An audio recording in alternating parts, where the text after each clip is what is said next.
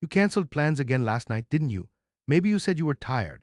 Maybe you said you weren't feeling well. But honestly, the moment they said yes to your excuse, you felt relief, not guilt, relief. And then you went home, changed into something comfortable, made yourself something warm, sat in your favorite spot, and for the first time all day, you actually breathed that moment.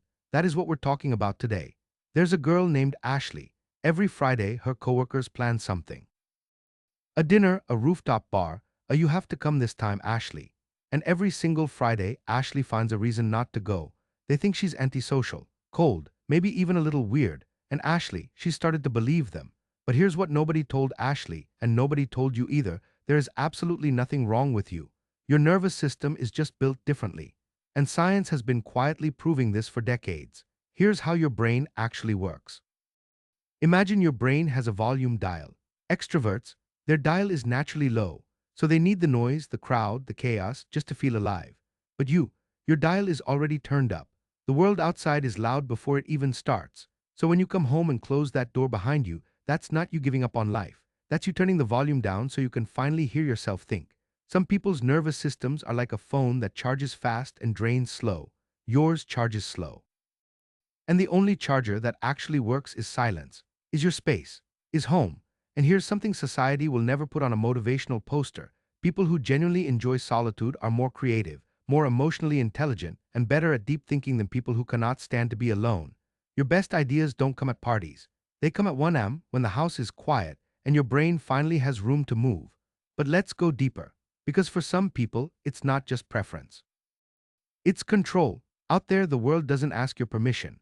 Loud strangers, plans that change last minute, conversations that go nowhere, eye contact with someone you were hoping to avoid, and your nervous system is quietly keeping score of every single one of those moments. But at home, you control the lighting, you control the noise, you decide who gets in.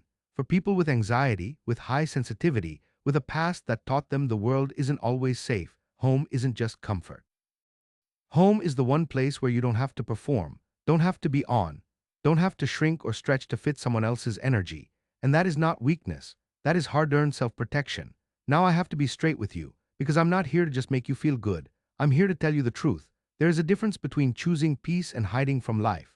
Some people stay home because it fills them up and they go back out into the world full, rested, ready. That's healthy. That's beautiful.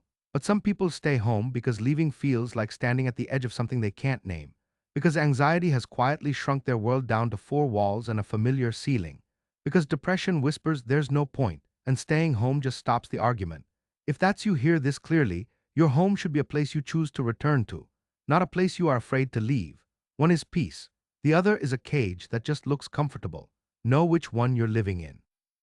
But for those who truly love the quiet life, you notice things other people are moving too fast to ever see.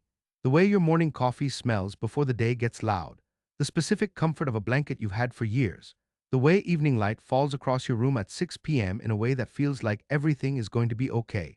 You're not missing life. You're living a version of it that doesn't photograph well, but feels incredible from the inside. You're not boring. You're just not performing for an audience. You're not antisocial. You are selective, and that difference is called self-respect. Ashley stopped explaining herself. She stopped saying, "I'm tired," when what she meant was, "I need to be home."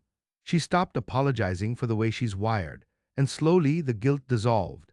And what replaced it was something most people are moving too fast to ever feel: peace. So here's your question before you go, when you're finally alone, in your space, nobody asking anything of you. Do you feel free, or do you feel trapped? Your answer tells you everything about where you actually are right now.